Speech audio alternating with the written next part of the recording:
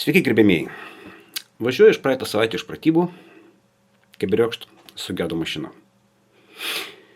Išlipam, laukiam, kol mus kažkas parvilks, žiūriu, karjeras, pietų pertrauka.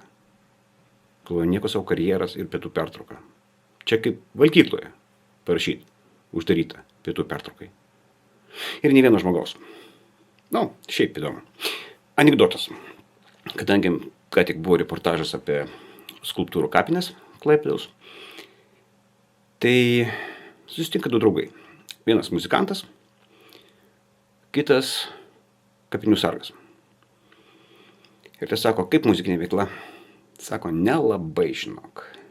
Vis mažiau ir mažiau žmonių ateina į koncertus. O kaip tau?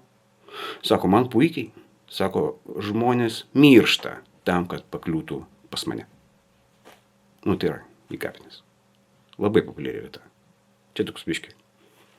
Ne visai linksmas, bet humoras. Geros jums dienos, geros jums nuotaikos.